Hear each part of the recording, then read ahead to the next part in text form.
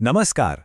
कभी सोचा है कि गांव में जो जमीन को लेकर छोटे मोटे झगड़े होते हैं वो आखिर सुलझते कैसे हैं? आज हम एक ऐसे ही सरकारी अधिकारी की दुनिया को समझने वाले हैं जो ग्रामीण प्रशासन की रीढ़ की हड्डी हैं, पर शहरों में हम उनका नाम शायद ही कभी सुनते हैं, लेखपाल। तो इस पूरे टॉपिक को अच्छे से समझने के लिए चलिए एक कहानी से शुरुआत करते हैं। एक गांव है जहां दो किसानों के बीच एक बहुत ही आम सी लगने वाली बहस छिड़ जाती है, लेकिन ये बहस एक बड़े सवाल को जन्म देती है। तो चलिए कहानी शुरू करते हैं मोहन और रघु से। देखते हैं कि कैसे उनके खेत की मेड़ को लेकर जो छोटी सी कहासुनी हुई वो एक ऑफिशियल मामले में बदल जाती है। होता यह है कि मोहन को अचानक लगता है कि उसकी जमीन थोड़ी कम हो गई है। उसे शक होता है कि उसके पड़ोसी रघु ने खेत की मेड़ मतलब जो बाउंड्री होती है उसे खिसका दिया है। बस इसी बात पर बहस शुरू होती है और देखते ही देखते मामला गंभीर हो जाता है। अब जब आपसी बातचीत से कोई हल नहीं निकलता तो गांव वाले सरकारी सिस्टम की तरफ देखते हैं और यहीं से कहानी में एंट्री होती है एक खास व्यक्ति की। तो ये लेखपाल कौन है? सीधे शब्दों में कहें तो ये गांव के लेवल का एक रेवेन्यू ऑफिसर है, जिसकी सबसे बड़ी जिम्मेदारी है जमीन से जुड़े सारे रिकॉर्ड्स को मेंटेन करना। वैसे ये शब्द संस्कृत के लेख यानी लिखना और पाल यानी रक्षा करने वाले से मिलके बना है। और एक दिलचस्प बात यह है कि काम एक ही है, लेकिन पूरे भारत में इस पद को अलग अलग नामों से जाना जाता है। जैसे उत्तर प्रदेश में लेखपाल, तो पंजाब हरियाणा में पटवारी, बिहार में कर्मचारी और मध्य प्रदेश में पटेल। तो वापस कहानी पे आते हैं। लेखपाल मोहन और रघु के खेतों पर पहुंचता है और उसके पास सच का पता लगाने के लिए कुछ खास टूल्स और सरकारी कागजात होते हैं। तो लेखपाल का काम जमीन पर ही शुरू होता है। वो अपनी एक लंबी सी जंजीर, जिसे जरीब भी कहते हैं, निकालते हैं और दोनों किसानों के सामने ही खेत को नापना शुरू कर देते हैं। वो बाउंड्री को अच्छे से देखते हैं और हर चीज को सरकारी नक्शे से मिलाते हैं। अब ये सरकारी रिकॉर्ड क्या है? इसमें सबसे जरूरी है खसरा। आप इसे खेत की एक डायरी समझ सकते हैं। इसमें लिखा होता है कि किस खेत में कौन सी फसल लगी है, मिट्टी कैसी है और उस जमीन का इस्तेमाल किस काम के लिए हो रहा है।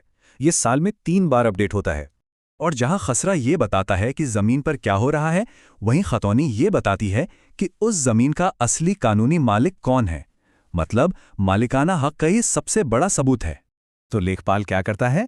वो जमीन पर की गई नापजोख की तुलना इन्हीं सरकारी रिकॉर्ड से करता है। जब कागज पर लिखे तथ्य और जमीन की हकीकत एक हो जाती है तो किसी भी बहस की गुंजाइश ही नहीं बचती और इस तरह विवाद सुलझ जाता है। तो मोहन और रघु का झगड़ा तो सुलझ गया, लेकिन क्या लेखपाल का काम यहीं खत्म हो जाता है? बिल्कुल नहीं। इनका काम जमीन की सीमाओं से कहीं ज्यादा बड़ा है। असल में लेखपाल सरकार और गांव के लोगों के बीच की एक बहुत ही जरूरी कड़ी है। गांव में फसल कैसी हुई, इसकी रिपोर्ट देना, बाढ़ जैसी आपदा में नुकसान का सर्वे करना, किसानों को सरकारी मदद दिलवाना, इनकम सर्टिफिकेट जैसे कागज बनाना और यहां तक कि जनगणना में भी मदद करना, ये सब इनके काम का हिस्सा है। और हाँ, एक सिस्टम भी बना हुआ है। अगर किसी को लेखपाल के काम से कोई शिकायत है तो वो सीधे उनके सीनियर यानी तहसीलदार के पास जा सकता है।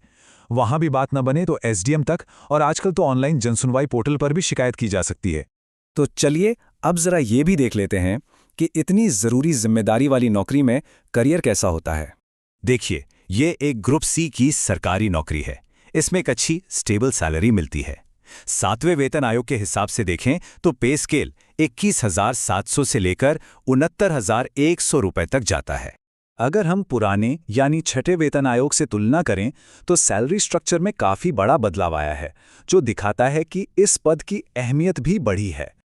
और सिर्फ सैलरी ही नहीं, इसके साथ कई तरह के भत्ते और सुविधाएं भी मिलती हैं, जैसे कि मकान का किराया भत्ता, आने जाने का खर्चा, मोबाइल और इंटरनेट की सुविधा और परिवार के लिए मेडिकल फैसिलिटीज भी।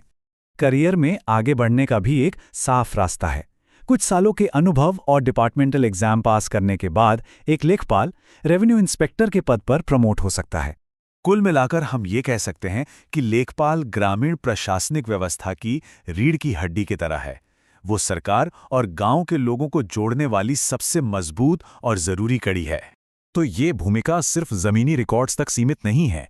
ये गांव में सामाजिक शांति बनाए रखने और सबको न्याय दिलाने के बारे में भी है। और ये हमें सोचने पर मजबूर करता है कि इस पद का महत्व कितना ज्यादा है। तो ये थी कहानी लेखपाल की। हमारे साथ इस सफर में शामिल होने के लिए आप सभी का बहुत बहुत शुक्रिया। अगली बार फिर मिलेंगे एक नई जानकारी के साथ। नमस्कार।